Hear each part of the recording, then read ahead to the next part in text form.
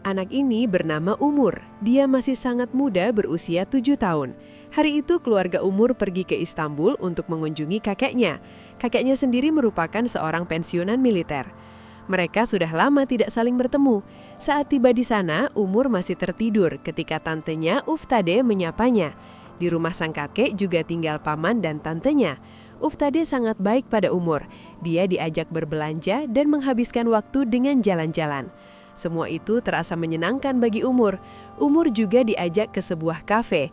Di sana ada hiburan musik dan salah satu musisi di sana adalah Erhan. Ternyata Erhan ini adalah kekasih Uftade. Ketika kembali ke rumah, mereka ditanyai sang kakek. Namun Uftade seperti menyembunyikan sesuatu dari sang kakek. Keesokan harinya, Uftade kembali mengajak Umur jalan-jalan. Kali ini, Umur beberapa kali melihat tantenya diam-diam bertemu Erhan. Bahkan sesekali, Umur ditinggal sendiri untuk menemui Erhan. Umur kebingungan apa yang sebenarnya terjadi. Ternyata hubungan Uftade dan Erhan tidak pernah disetujui oleh sang ayah. Sampai suatu malam, ketika Uftade sedang menulis buku diary, dia dibuat ketakutan melihat bayangan ayahnya ketika masih muda. Seisi rumah dibuat terkejut mendengar Uftade berteriak seperti melihat hantu. Lalu apa yang sebenarnya terjadi? Kenapa Uftade begitu takut dengan ayahnya sendiri? Beberapa hari kemudian, Umur diajak pergi ke sebuah museum. Di sana lagi-lagi Umur ditinggal untuk menemui Erhan. Namun ketika sedang mencari tantenya, Umur malah melihat Uftade hampir push rank sampai glory dengan Erhan.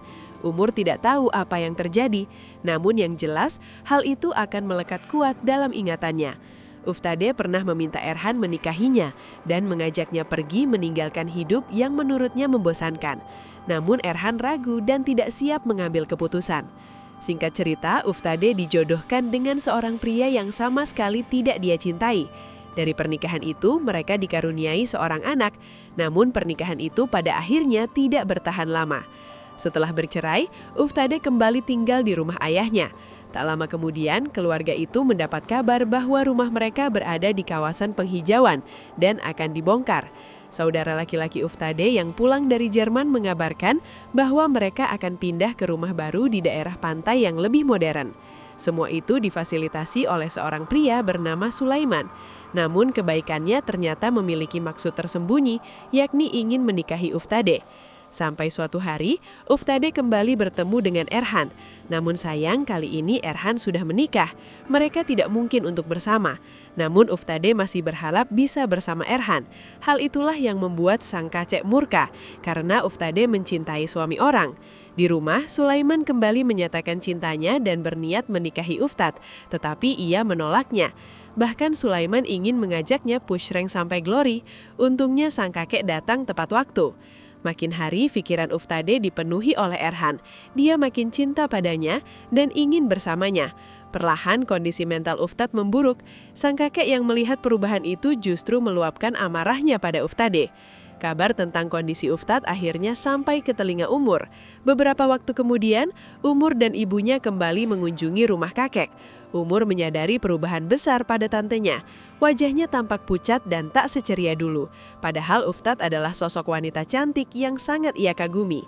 Umur sering melihat Uftad bertingkah aneh, bahkan terkadang tampak seperti melihat sesuatu yang menyeramkan.